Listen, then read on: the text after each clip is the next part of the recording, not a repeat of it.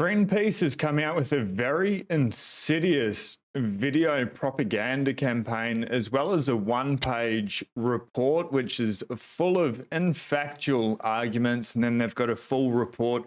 We're going to dive into these today, and then we're going to look at the counter narrative and what the actual facts are. This is going to be a short video, but I just don't want you to run with what Greenpeace has said, because they're very convincing in the way that they've put this out there.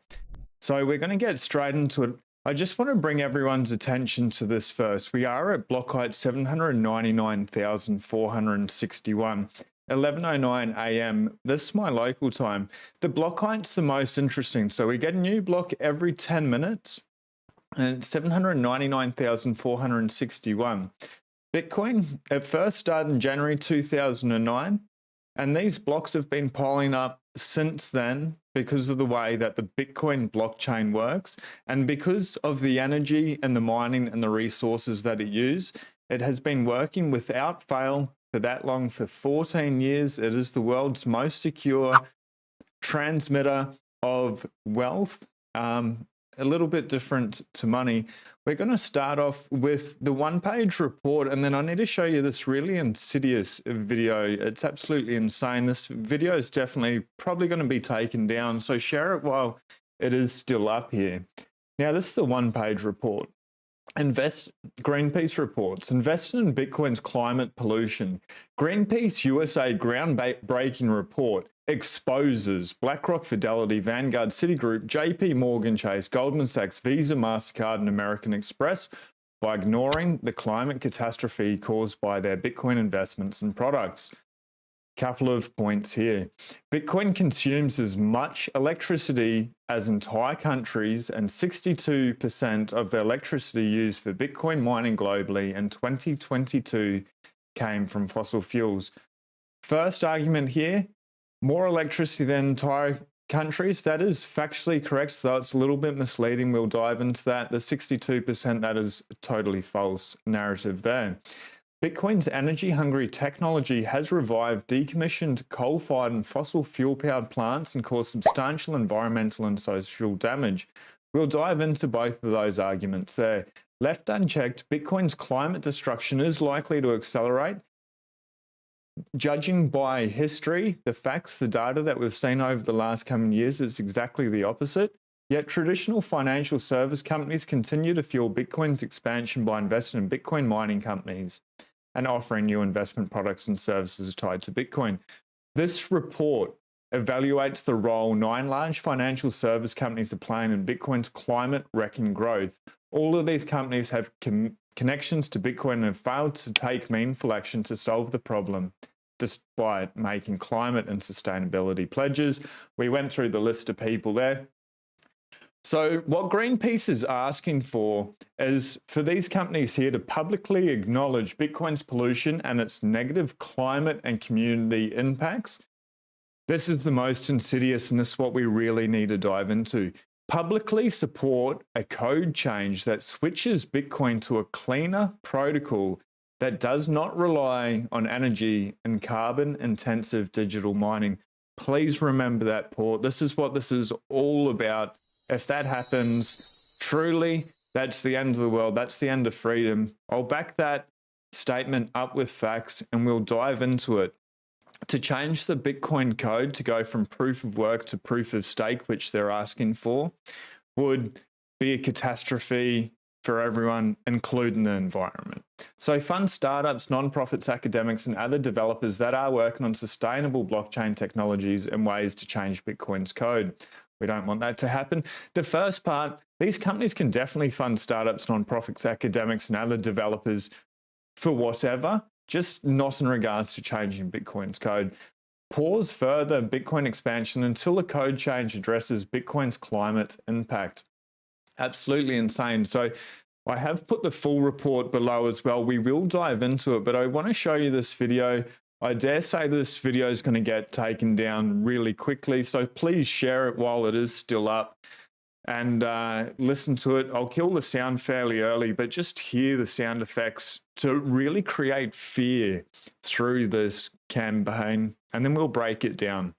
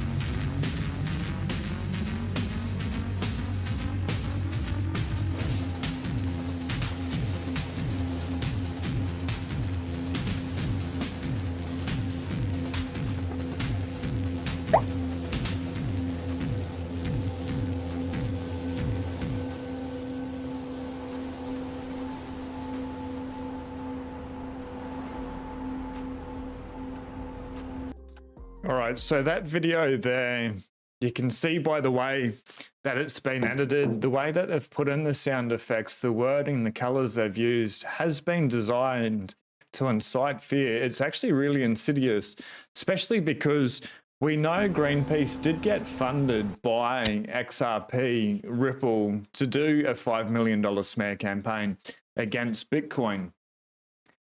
And I believe that's where Greenpeace has been funded, but someone is going to have to fact check me, and that's my own opinion, not a fact. We are going to get into the facts. This is the full report. This is linked below, and then we're going to get into the counter argument. There's a couple of things here, but I just want to talk about what they think the biggest problem is as well, because this is the greatest strength about Bitcoin. Bitcoin's problem lies in its code. As coded today, Bitcoin transactions are recorded through an energy-intensive process called proof of work, POW mining, to feed the machine.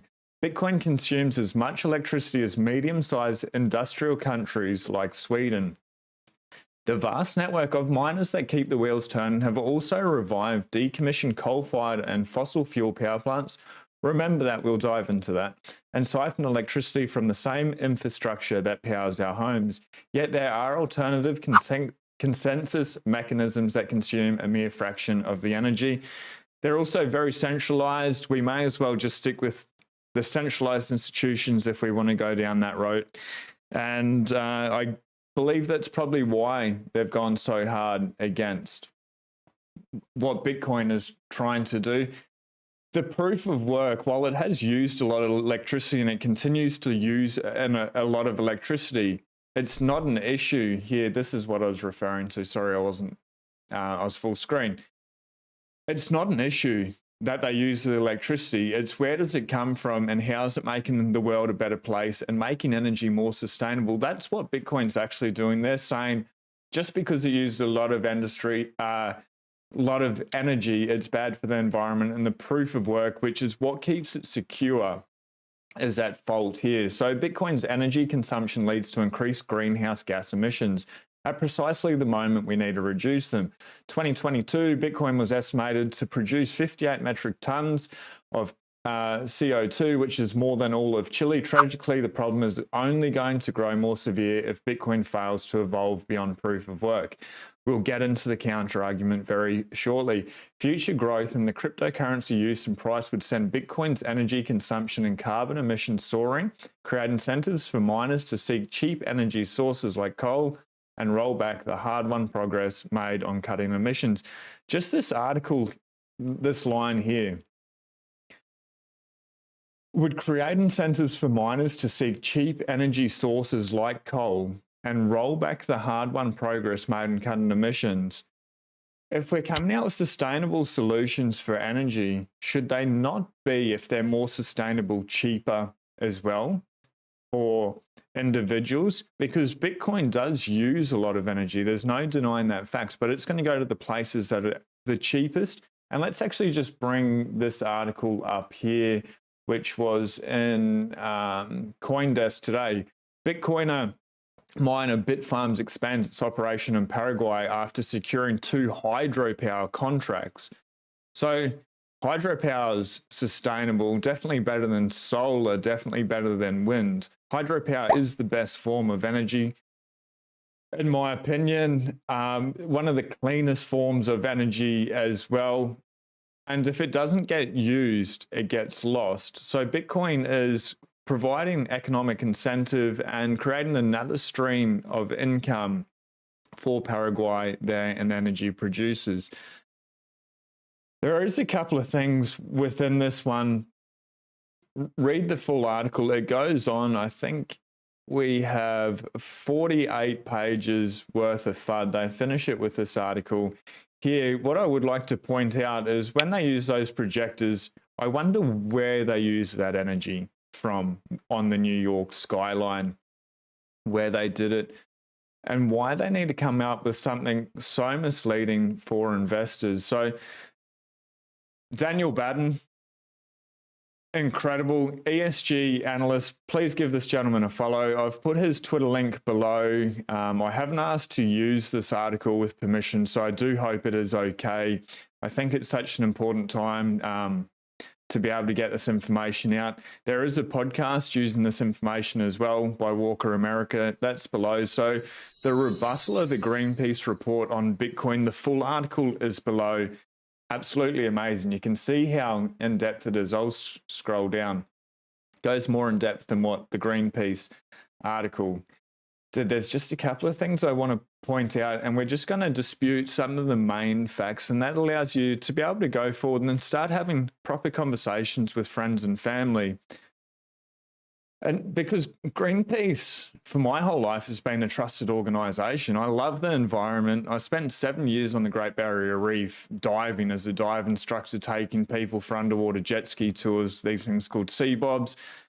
So I think looking after the environment is a very important thing, and we all need to be able to play our part with it. But to be able to put out propaganda by a trusted quote unquote institution, like they're no longer trusted now. We can see that it's all about supporting the existing system and whoever has the largest paycheck to be able to promote their funding. I just would have expected more. So I'm grateful that people like Daniel Batten have put out these reports here as a counter argument, and they stick to the facts instead of he said, she said. So it is very in-depth. You want to go through it, please read it, take the time. Now, what they're saying is Greenpeace uses highly emotive, unsubstantiated claim in the report framing page, which was that first one-page dossier we read. So claim, Bitcoin consumes as much energy as entire countries. This is one of the few claims a bet against Bitcoin that is factually correct. However, it is also a misleading claim. Let's examine why. Firstly, Cambridge University on their site discouraged such comparisons between industries and nations because they can make an industry look worse than it in fact is. They call this presenter bias. Easy to see why comparing any industry to a nation is by definition an apples to oranges comparison. Secondly, it is also true that any number of industries use more energy than a single country. The same is true, for example, of video gaming, Netflix, traditional data centers, the banking industry, clothes dryers, and Christmas lights, of all things, Christmas lights. Yet it is only Bitcoin that is singled out in this way. In fact, every industry in the chart below uses more energy than entire countries. Thirdly, Bitcoin actually uses less energy than each of the industries listed below. So, if we are going to make a comparison, why not compare industry to industry by saying Bitcoin uses less energy than Christmas lights? Now, so we've got Bitcoin here, 70 watt terawatt hashes a year. The financial sector is at 4,939. So 4939 divided by 79 is 62.5 times more energy that the finance and insurance sector alone uses. And Bitcoin is the finance sector and the insurance sector as well. It's morphing into that. On a Bitcoin standard, we'd remove the military industrial complex, which uses 6,691 TWH a year. Building sector, absolutely out of control. But even the next closest there, gold mining and jewelry, 265. Absolutely insane. They don't have Christmas lights on this chart. That would have been quite interesting as well. But you can clearly see in the grand scheme of things, Bitcoin is using very little. We live in a technology age where everything comes down to the use of electricity. My iPhone, watching this video here on the stream, even my headphones, you need to plug them in to charge. Everything we use electricity. And Bitcoin, for example, Bitcoin miners are going to go to where electricity is the cheapest. We saw in Paraguay using the hydroelectric up in Cairns, which is about I won't dox exactly where I live, but up the coast more here in Australia, massive hydroelectric as well. That'd be a good thing for them to be able to get into. Where I live, we use coal powered power stations. But and that's fine, like it is what it is. Naturally, as humans progress, they're going to adopt the soundest money and the soundest technology, and we're going to keep using electrical resources. And at the moment, like I look out at these islands and there's all these windmills over there, and they spin at night and nobody's using any of that energy, so it just gets wasted. It doesn't get fed back into the grid. They can't use all of it. Something like 80% of sustainable energy is just discharged and let go of. And please fact check me on that, but it's very close to that number. Where's all that energy going? With Bitcoin, they can harvest that, get it at a cheaper rate, lock in that network, and they also start incentivizing people to be able to come up and refine their sustainable energy goals. So we're going to get into that side of things now. Here, they claim 62% of the electricity used for Bitcoin mining globally in 2022 came from fossil fuels. Captain America, good morning. Shout out to you. For everyone watching, if you don't mind sharing this video before it gets taken down, because I'm pretty sure it is going to get taken down. I'll bring this up full screen.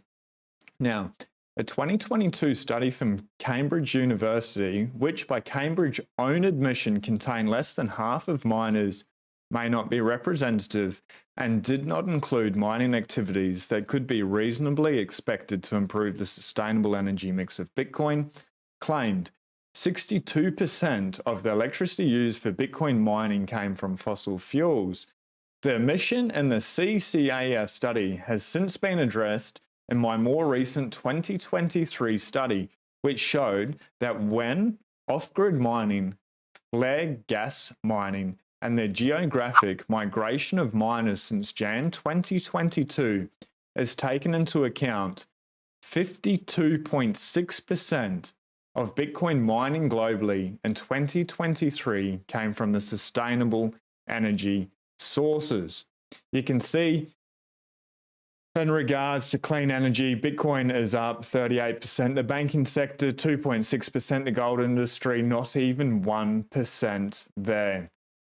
You can see total overall, Bitcoin 52.6%, the banking sector under 40%, gold industry under 13% there.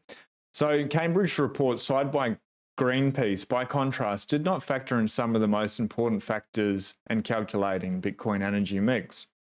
For context, 52.6% sustainable energy mix is higher than any other industry sectors. Bitcoin's rate of growth in sustainable energy use is also higher than other sectors. In summary, Bitcoin mining was indeed 62% from fossil fuels in 2021. However, since then, it has moved at a rapid rate to sustainable energy sources, and of 2023 is 52.6% backed by sustainable energy. I have linked this full article below by Daniel Batten in the description for everyone. I'm not going to read through all of it, just a couple of the facts to go against the agenda that they're putting out. So, claim Bitcoin has caused substantial environmental and social damage. Again, untrue. Indeed, the article makes no attempt to validate the unsubstantiated claim that Bitcoin has caused social damage. But since the claim has been made, let's look at the actual social impact of Bitcoin as supported by data. Recent Hootsuite report highlighted some interesting trends about user adoption of Bitcoin. Currently estimated 300 million plus and growing exponentially. So Turkey, Argentina, 25.8% adoption, 25.2% respectively. Then it drops down Philippines, South Africa, Thailand, Indonesia, Brazil, Nigeria, UAE, and the Netherlands. Even the Netherlands being the last on the list, 18.2%. Three things are noteworthy in this chart. The top two nations are both experiencing hyperinflation. Number two, all of the top 10, except the Netherlands, have at least 1 in 7 people who are underbanked. 3. With the exception of Argentina, Brazil, and the Netherlands, the remaining 7 nations all have autocratic or semi-autocratic regimes. Discussions about Bitcoin's energy usage are often conducted without an examination of its social impact. This is a mistake because we could be biased against the tech based on misconceptions or lack of information about its utility. For example, my first assessment of Bitcoin was speculative asset that does nothing useful but uses lots of energy. This perspective proved false, but in lieu of information to the contrary, my perspective predisposed me to think negatively about Bitcoin based on my first glance assessment of its social good. So, here's a demographic snapshot of who Bitcoin's adopters predominantly are and why they use it. 1.2 billion people who are unbanked, 57 of them women, 90% of them of color. There are 4 billion people living under autocratic or semi-autocratic regimes where the financial system can be used against them, e.g. state freezing a bank account, censoring and surveillance of how you spend money. If it was changed from proof of work to proof of stake, a lot easier for whoever holds the biggest stake there to be able to freeze transactions, to be able to reverse the blockchain. It has to stay proof of work for a variety of reasons, those among some. There are 8.1 million adult women in Afghanistan who are prohibited by law from opening a bank account. Isn't that insanity? Starting a business or receiving an income because of their gender. There are 300 million, greater than 300 million people whose economies are experiencing hyperinflation, including Turkey, Lebanon, Argentina, and Venezuela. These are the people who see the utility of Bitcoin first, not us in the West who take for granted our privileged human rights, functioning banking system, 99% plus access to banking and relatively low inflation. So what is the social utility to these people? This is really the point of Bitcoin, isn't it? It helps the unbanked because you don't need a bank. A feature phone plus some basic Bitcoin education allows users to receive, save, and pay. There's a financial revolution happening in Africa right now. The poorest in the world are leapfrogging the banking sector and going directly to internet native money, Bitcoin. This is why the continent of Africa is adopting Bitcoin faster than any other continent. Africa is all as well, never had phone infrastructure. They just went straight to the mobile phone as well. So they are on the leading edge of technology adoption. Now, next claim.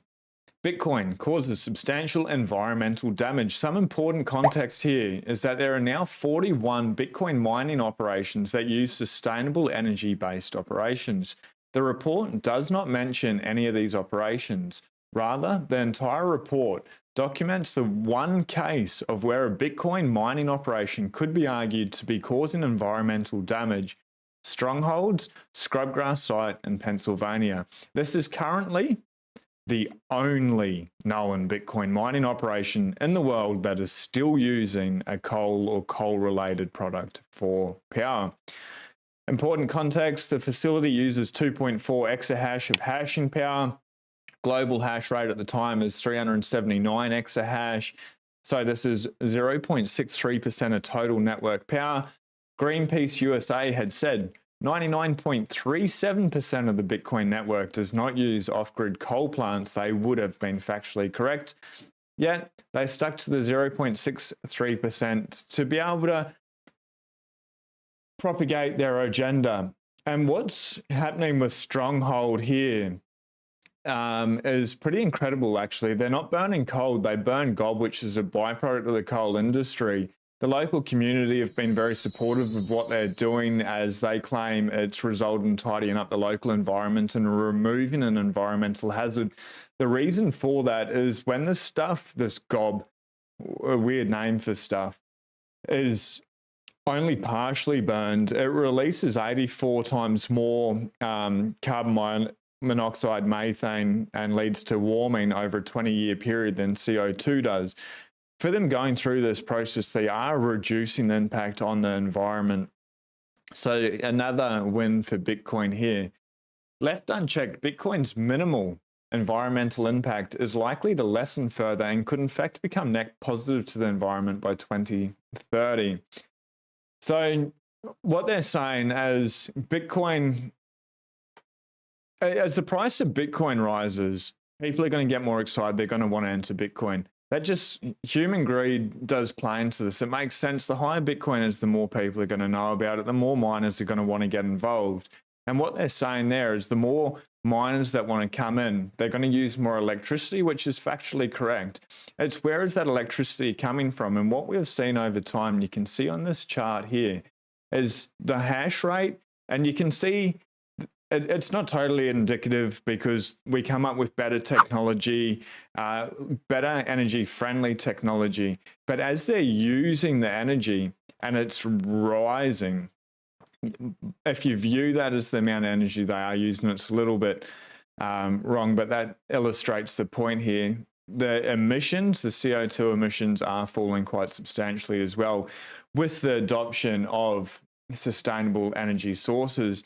So Bitcoin mining is climate action. Methane, the number one lever to reduce climate change. Landfills, number one source of methane by 2032. World Bank, Bitcoin mining is the number one way to reduce landfill methane. Now, you can see emissions avoided by per $1,000 investment. Vented methane, 63.4 ton. Flared methane, 6.6 ton. Solar, 1.4 ton. For the curious, there is a video that goes into it there as well.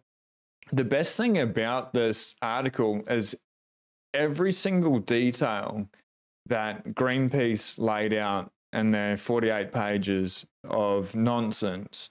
Daniel has taken the time and rebutted absolutely everything with it. So I definitely urge everyone to be able to take the time and go into it. I just wanted to bring this to your attention because when you see a video like this by one of the institutions who, when I was younger, I trusted, when you see that,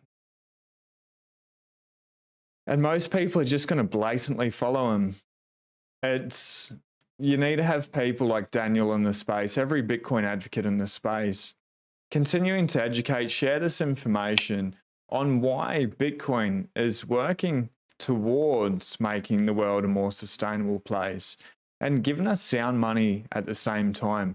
So it's not just about the energy, but it comes down to our banking system, which is so flawed. And as we see in different parts of the world, a lot of people that are unbanked have been able to get banked as well. So Bitcoin energy sources, coal 22.92%, gas 21.14%. I don't know what other FF is as a small position there, 2.28%. Hydro 23.1%. So pretty much the same as coal and gas there, hydro. Then we have wind, nuclear, and solar. Other renewables 2.4%, and then flared as well. 23, 13, so we've got 36, 42, like over 50%, and growing very quickly. It's absolutely amazing how it is working out there, what it's doing for the environment. So we did get into Bitfarms here using hydropower. They got 2 hydropower contracts. Paraguay has access to an abundance of surplus renewable power. If you don't use it, you lose it, and these acquisitions secure valuable yet limited sustainable energy contracts while broadening our foothold in a resource-rich country. Now, I just typed in a couple of really basic Google searches because this is what most people are going to do. So I wanted to see what result comes up. Bitcoin energy usage. Number one, Bitcoin alone is estimated to consume 127 terawatt hours a year, more than many countries including Norway and the US. Cryptocurrency activity is estimated to emit from 25 to 50 million tons of CO2 each year, on par with the annual emissions from diesel fuel used by US railroads. We're not talking about railroads here. They're not coming under attack, just Bitcoin mining and the world's most secure monetary network, the most secure network in the world, and you can use it for so much more than just to store a value and transfer of wealth there. So how much sustainable energy does Bitcoin use?